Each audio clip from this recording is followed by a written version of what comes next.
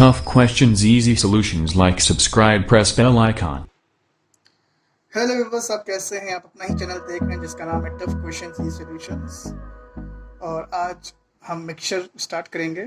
Mixture बहुत ही अच्छा topic है। वैसे आप जानते ही होंगे, आपके घर में दूध वाला दूध देने आता होगा तो हमेशा कुछ न कुछ पानी मिला ही देता है। तो आप लोग बड़ा इरिटेट होते हैं कि हमें दूध अच्छा नहीं मिल रहा है। अब आजकल तो ज़माना ये हो गया कि पानी की बजाय कुछ और मिलाते हैं, सोडा मिलाते हैं, कुछ मिलाते हैं वगैरह वगैरह। लेकिन हमें उस पर बात नहीं करनी है। लेकिन हमें अब मिक्सचर को ऐसा पढ़ना है और जानना है कि अगर पानी मिलाया गया है तो कितना प्रतिशत पानी मिलाया गया है, कितनी मात्रा में मिलाया गया है, कैसे मिलाया गया है, और इन सब के बारे में। तो हम अलग अलग डिफरेंट क्वेश्चन में इसको पढ़ेंगे। तो चलिए हम पहला क्वेश्चन देखते हैं। ये एक्चुअली में रेशियो का कॉन्सेप्ट आता है जब हम मिक्सचर पढ़ते हैं। तो वैसे तो नियमतः मिक्सचर पढ़ने के लिए पहले आपको रेशियो प्रोपोर्शन अच्छे से आना चाहिए। तो हम अज्यूम कर लेते हैं कि आपको पहले से आता ही होगा, और अगर नहीं आता है तो हम रेशियो प्रोपोर्शन की जब क्लास चलेगी तो उसमें भी आपको इसको एक्सप्लेन कर देंगे। लेकिन हमको ऐसा बताएंगे कि आपको इसमें भी समझ में आ जाए, कोई दिक्कत नहीं आएगा। तो क्वेश्चन फटाफट लेते हैं। 2 vessels contain milk and water in the ratio 2:3 and 2:1। एक डब्बे में कहते हैं मिल्क और पानी क्या था, 2:3 के रेशियो में था। अगर 15 था तो क्या था, ये 5 कर लीजिए। ठीक, 5 का 15, 1 का 5, तो मतलब 10 लीटर अगर पानी था तो आपका 15 लीटर क्या था, 10 लीटर आपका दूध था तो 15 लीटर पानी था। इस तरह से एक वेसल में था, एक डब्बे में। इसी तरह दूसरा डब्बा देखिए, दूसरे डब्बे में क्या है, पानी और मिल्क क्या, 2:1 है। मतलब हमने एक यूनिट ले लिया था उस वक्त समझाने के लिए।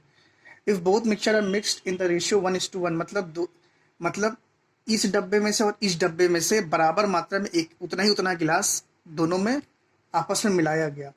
तो अब आपको बताना है कि जो नया मिक्सचर तैयार हुआ है, then find the milk and the water ratio in the new mixture.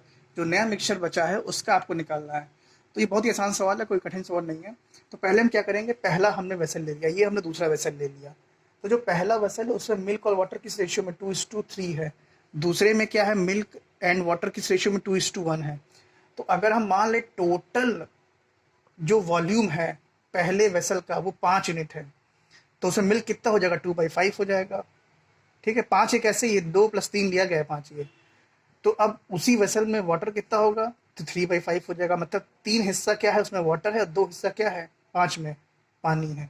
अब हम इस दूसरे को ले लेते हैं। इसमें मिल्क और वाटर क्या 2:1 गया है। ठीक है, तो टोटल जो वॉल्यूम ऑफ द वेसल कितना है, हमने 3 मान लिया, 3 यूनिट मान लिया। ठीक है, तो मिल्क कितना हो जाएगा, 2/3 हो जाएगा, वाटर कितना हो जाएगा, 1/3 हो जाएगा।